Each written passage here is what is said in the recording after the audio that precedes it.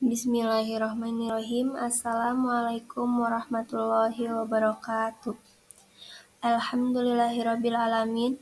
Wassalatu wassalamu ala asyrofil anbiya'i wal mursalin wa ala alihi washabbihi ajmain amma ba'du.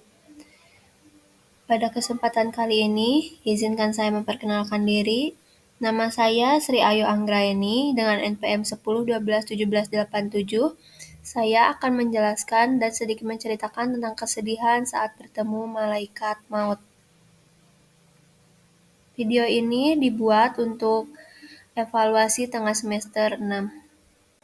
Adapun pembahasannya, yang pertama yaitu terciptanya malaikat, yang kedua mengenal malaikat maut, yang ketiga tanda kedatangan malaikat maut, yang keempat ada kesedihan saat bertemu malaikat maut, yang kelima cara mempersiapkan kematian dengan baik. Terciptanya malaikat.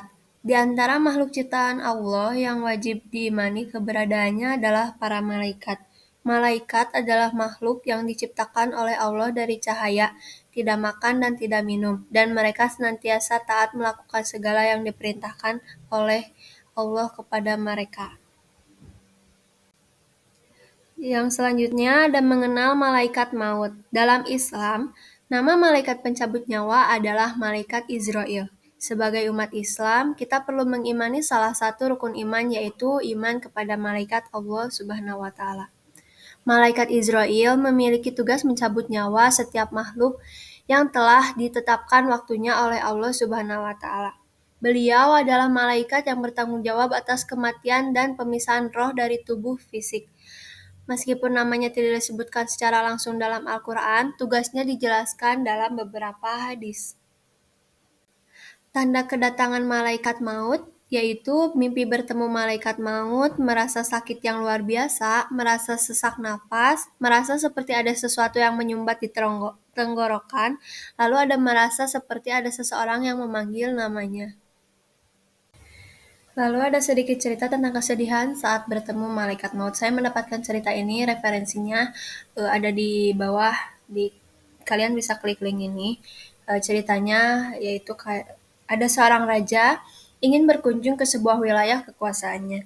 Ia meminta diambilkan pakaian untuk dipakainya pergi, tapi ia tidak tertarik dengan pakaian itu dan minta diambilkan lainnya. Hal ini terjadi berkali-kali sampai akhirnya ia mau memakai pakaian yang disukainya. Begitu pula dengan binatang kendaraan yang akan dinaikinya, sampai akhirnya ia mau menaiki binatang tunggangan yang terbaik. Lalu datanglah iblis meniupkan sifat takabur lewat lubang hidung sang raja, sehingga tiba-tiba ia menjadi sombong. Sang raja yang dikawal banyak pengawalnya mulai melakukan perjalanan dengan sikap penuh kesombongan. Ia memandang orang lain sebelah mata. Tiba-tiba ia didatangi seorang dengan penampilan yang kusut dan kumal. Ia mengucapkan salam kepada sang raja, tetapi tidak dijawabnya. Merasa terhina, orang itu kemudian merampas tali kekang kuda sang raja. Sang raja marah dan membentak, "Lepaskan! Kamu telah melakukan kesalahan besar." Tetapi orang itu dengan berani melawan. "Aku ada satu permintaan kepada Anda," katanya. "Sabarlah sampai aku berhenti," kata raja. "Tidak, sekarang saja," kata orang itu. Dengan paksa ia menarik tali kekang kuda sang raja, sehingga kuda itu berhenti. Sang raja lalu berkata, "Ayo katakan apa keperluanmu?" "Ini rahasia," jawab orang itu.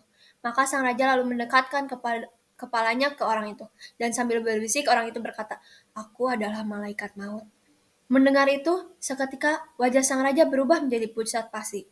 Lidahnya keluh, dengan gemetar sang raja berkata, "Beri aku tegang waktu sampai aku kembali kepada keluargaku untuk mengucapkan selamat tinggal dan menyelesaikan semua urusanku." Sang malaikat maut itu berkata, "Demi Allah, tidak bisa. Kamu sudah tidak ada kesempatan lagi untuk melihat keluargamu, hartamu, dan kerajaanmu." Setelah berkata begitu, sang malaikat langsung mencabut nyawa sang raja. Seketika, sang raja itu jatuh tersungkur laksana seonggok kayu. Sang malaikat maut melanjutkan perjalanannya. Ia lalu bertemu seseorang yang beriman setelah mengucapkan salam kepada orang tersebut. Dan si mukmin itu membalas salamnya. Sang malaikat maut pun berkata kepadanya, "Aku punya keperluan denganmu. Aku ingin mengatakannya sedari di dekat telingamu." "Baiklah, silahkan," jawab si mukmin. Sang malaikat maut lantas berbisik, "Aku adalah sang malaikat maut. Seketika orang itu menjawab, "Selamat datang, wahai malaikat maut yang tidak pernah aku lihat. Demi Allah, tidak ada siapapun di muka bumi yang lebih aku tunggu-tunggu untuk bisa bertemu selain kamu." Mendengar itu, sang malaikat maut berkata kepadanya, "Selesaikan dahulu urusanmu yang membuat engkau pergi." Tapi si mukmin itu menjawab, "Aku tidak punya urusan lain yang lebih penting dan lebih aku sukai daripada bertemu dengan Allah." Sang malaikat maut pun berkata, "Kalau begitu silakan kamu pilih waktunya. Kapan aku akan mencabut nyawamu?" Ia bertanya, "Jadi kamu memberiku kesempatan untuk memilih?" "Iya," jawab malaikat. "Kalau begitu biarkan aku untuk berwudu dan sholat terlebih dahulu. Setelah itu cabutlah nyawaku saat aku sedang bersujud." Malaikat maut menuruti permintaan si mukmin tersebut. Bakar bin Abdullah al-Muzani menceritakan seorang laki-laki dari Bani Israel yang rajin mengumpulkan banyak harta menjelang ajalnya. Laki-laki itu berkata kepada anaknya, "Perlihatkanlah kepadaku berbagai jenis kekayaanku." Lalu datang kepadanya sejumlah besar kuda, unta, budak, dan harta lainnya. Melihat semua itu, ia menangis karena tidak dikuasai meninggalkannya. Malaikat maut lantas bertanya, "Apa yang membuatmu menangis? Demi Allah yang telah mencukupimu, aku tidak akan keluar meninggalkan tempat ini sebelum aku memisahkan roh dan jasadmu."